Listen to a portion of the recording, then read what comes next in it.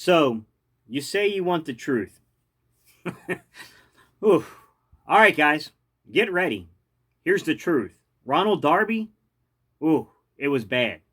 It was really, really bad last year. Nothing personally against the kid. I like the kid as a human being.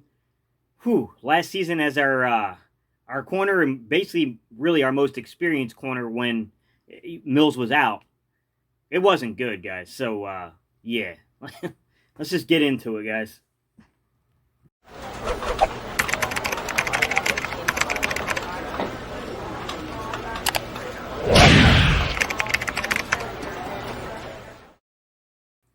What's up, Eagles Nation? What's going on, NFL world?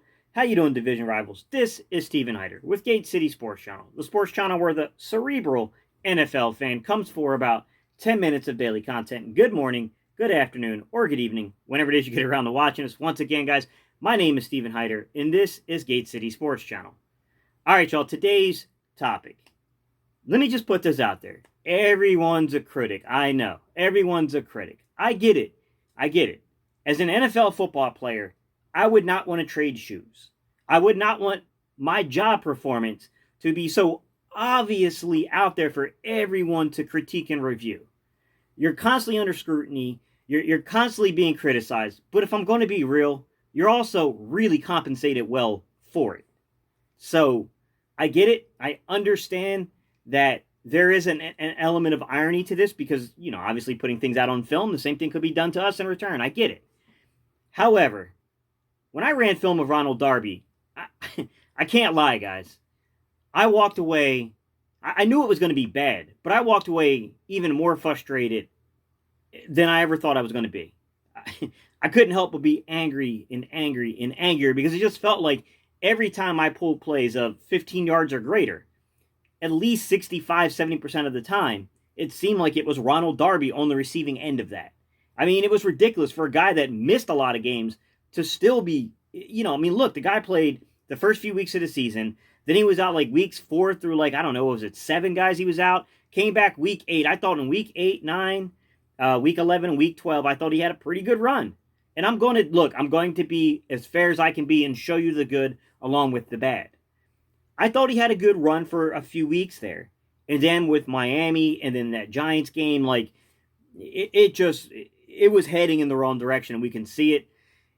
The thing I'm going to say is I can't help but to say that maybe the best thing that could have happened for both parties, which was to mutually separate. All right, let's just jump into the film, guys. We're going to do a film study today. Let's just lay the cards on the table, and let's talk about what the film said about this young man. All right, y'all. Let's get it.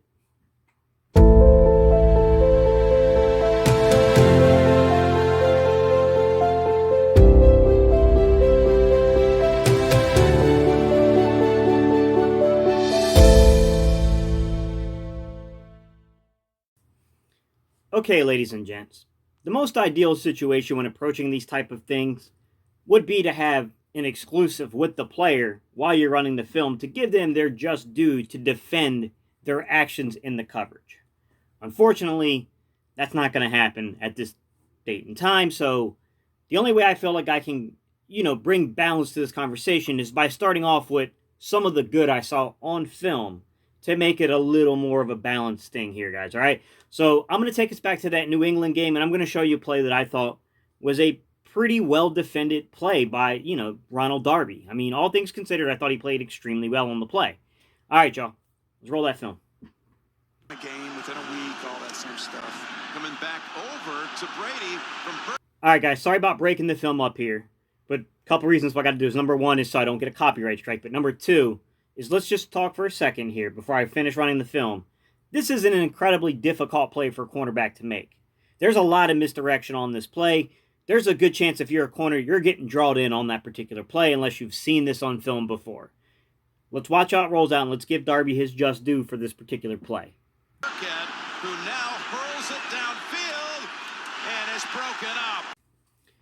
The reason I wanted to show that play is twofold. Number one, you can see that the athleticism is there with Ronald Darby. He is an athletic corner. He's fast. He's got the quickness.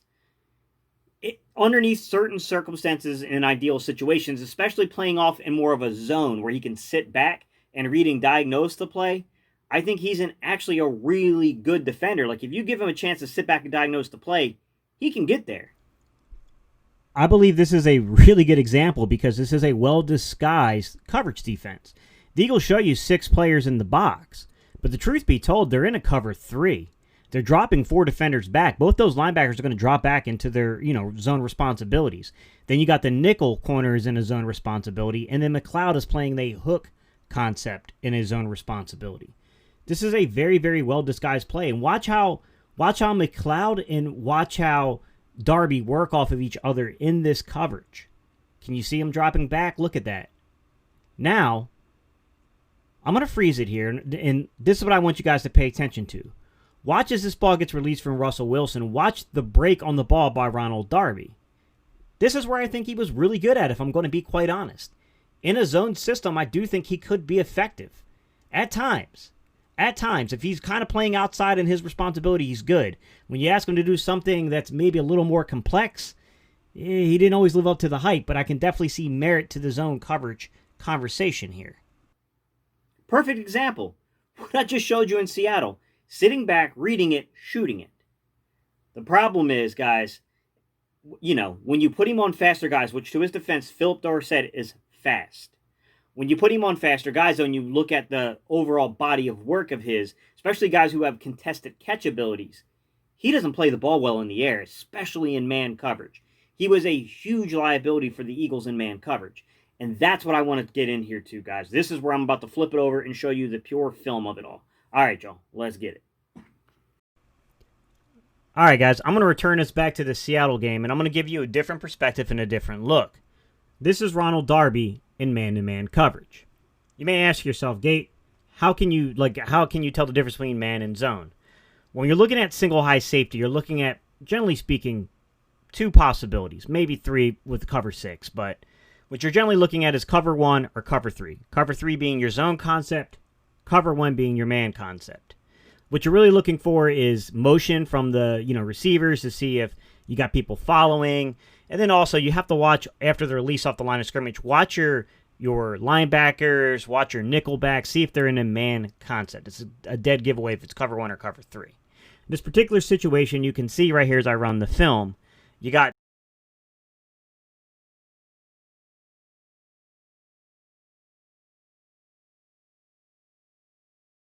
top of your screen, okay? On the boundary side of your field, so I'll put up boundary and fields, that way you get the perspective here. On the boundary side of your field, playing the right cornerback position, you have Ronald Darby on a one-on-one situation. The coverage isn't horrible. The coverage isn't bad. He just cannot close in the window enough, and he doesn't play the ball well enough through the receiver's hands to break up passes in man situations. And this is just one of a million examples I'm going to show you pretty much today, guys.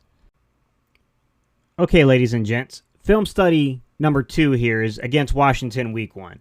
The Eagles come out in what I'm going to call cover 3. I mean, it could be cover 6 technically, but I don't see it that way. That would be hard to justify as quarter, half. To me, this looks like more of a cover 3 concept. If you look down at your screen, this is very similar to teams like the Dallas Cowboys kind of run this, right? This is early in the year, right? So Mills isn't back yet. You got Darby playing more of a left cornerback instead of the right cornerback role. He's down more in like a man coverage kind of concept, press kind of concept, while the other corner on the opposite side of the field is playing more of an off coverage, traditional kind of cover 3 look. And he's just kind of on a one-on-one situation here with Terry McLaurin. And McLaurin kind of takes him to school. The young kid does. Week 1, first game of his NFL career. He goes back shoulder. And once again, Darby's coverage isn't bad. He just doesn't play the ball well in the air. Watch as I run the film here. Watch the coverage, okay? All right, right here, he looks like he's in good position, right? But now let's watch how the play, finishes out. Let's watch how McLaurin, shifts his body. And it just looks like Darby doesn't play the ball in the air well. And that's the issue we're having here with Darby. Ladies and gents, I would love to tell you that this really only happened on 1 or 2 plays and people are taking it out of context, the whole Ronald Darby situation. Truth be told, guys, it just kept happening repeatedly. He'd have pretty good positioning on the ball. The ball gets put up in the air, and he just can't play the ball in the air, and the receiver comes down with the ball. I mean, from Slayton to McLaurin to pretty much everyone in the Detroit game to Julio Jones. I mean, guys, Devontae Parker just kept repeatedly happening. Just to show you more definitive proof of this, guys. 27-yard pickup. One. Got him. Yep, he had him. I really wanted to be fair here to Ronald Darby. And now we're more than 10 minutes into this video, and I have not showed you that Devontae Parker play yet. I've showed you 3 other examples of it, and trust you and me, there were a lot more examples of this. But now, put the cherry on top, here's that Devontae Parker play. This was a systemic issue with Ronald Darby all season long. Not just 1 or 2 plays, guys. Catch. Now look, one of the challenges you blitz, you're going to put one-on-one on the outside. Now, I've really thought about this from every angle I can possibly think about it. And some of the things that crossed my mind were, can I definitively state that another player could have made a play? I don't know. Those plays were really difficult for the cornerback to make, but I can say that fundamentally he didn't play the ball well when it was in the air. There are things you're taught to do as a cornerback, such as going after the hands, trying to use your body to force the player out of bounds, that Darby just doesn't do. And to make matters worse, there were other instances in single-man coverage where you had Sidney Jones. Sidney Jones was able to get up there and get a deflection on the football and deflect it away. So I don't know. That's really difficult to say. But what I can say is this. Every time I looked on film, and I won't say every time, that's a misstatement. The majority of times I looked on film and I saw that there was a big play for the offense. It seemed to come out at the expense of Darby. Just go back to the Atlanta game and we can watch Atlanta go 3 times at Darby until they finally hit one on Darby because they recognized he wasn't covering well. He was not doing his job and he was not fundamentally sound. And he just kept going for him until they finally got him. Halfway through the second quarter, the blitz is coming, and Ryan going deep downfield. We clearly got away with one there because Justin Hardy just simply couldn't extend far enough out to make that play. But what's even needs to be added to the context here is that the series prior to this was when Calvin really dropped that fade. Tackle. Ryan flushed away. Ryan throwing deep downfield for Ridley. And now I'm going to turn it around to you and show you when they finally, cha-ching, they hit this play. It's not the same exact play, but it's the same exact route. And Darby, once again, gets beat, and this time it's to the Eagles' detriment because it's a touchdown. 3rd down and 6. Ryan deep downfield. You can't 100% put that particular play on Darby. He got beat for it, and you can't confuse the fact that Atlanta targeted his side of the field like dang near almost three straight passes there. It was almost in succession, 3 passes, guys, damn near. What I will say is this, though. That's on really Sendejo. That was quarters coverage. Sendejo got caught in by the garbage down inside, and he lost his containment, his area of responsibility. The fact is, we can see right here and right there, they wanted to go after him. But I will flip it over and I'll show you where it is his fault, and there's no denying it. Let's look at just the overall fundamental play of Ronald Darby and watch Slayton just absolutely destroy him because he misses the most basic thing you got to do. Wrap up and tackle. Down in 13. A little bit of pressure. They pick it up. Quick strike. And then keep it. Sorry for cutting that one off short on you guys, but the last thing I want to do is watch Darius Slayton walk into the end zone on a Ronald Darby missed tackle. So I'm cutting that one short, Chief. Sorry. The last thing I want to show you is this is a bracketed coverage, okay? It's not solely the responsibility of just Darby. But Darby, I mean, you can look at this play and see he's looking back at the quarterback. He basically almost comes to a stop with his feet, and Slayton just streaks by on 55-yard